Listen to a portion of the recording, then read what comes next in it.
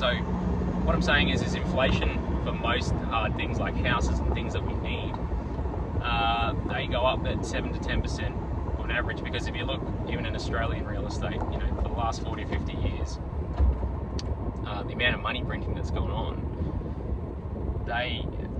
it's obvious that inflation's at 7 to 10%, because if you just compound 7% over a 10-year period, a house doubles. So you can't try and tell me that inflation's been at 2 to 3% for the last 20 to 30 years, because house prices would never double in a 10-year period at 2%. So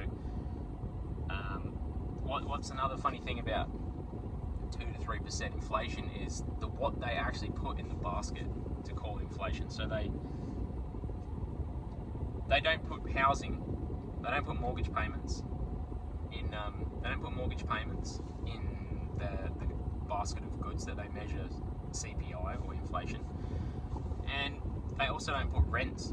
Like, that's one of the biggest bills that everyone has to pay if you're a renter or you're a homeowner. Like, how can you not put mortgages or rent in the basket of goods, like, to measure inflation? If they put that in there, they would see it was 7 or 8%, and everyone would be shitting themselves. They'd be kicking up a fuss, there'd be riots in the streets. But they just leave that out of the basket, so they manipulate the basket of goods to read it to whatever the fuck they want it to read, really.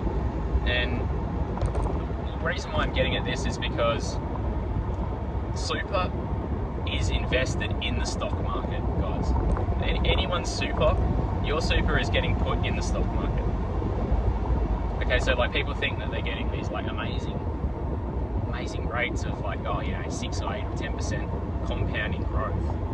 It's like, you're literally just hedging your savings. It's just that it's better than putting your savings in the bank account and getting like 0.5% interest or less. But if you're not beating like 8% or 10%, like, you're just saving your money. So if you compound your wealth, if you put $1 million in over let's just say if you put $100 in today, in, I don't know what the maths is, but in 40 years time, that $100 is compounded at 8% or 10%, and it's grown to, I don't know, whatever Tony Robbins says, or David Ramsey. They're like, oh yeah, if you put $100 in today every month for yada yada yada years, you'll have like $2 or $3 million. Like, what the fuck is $2 or $3 million going to buy you in like 40 years time? You guys know it's going to be nothing. You guys know it's going to be nothing. So that's just the like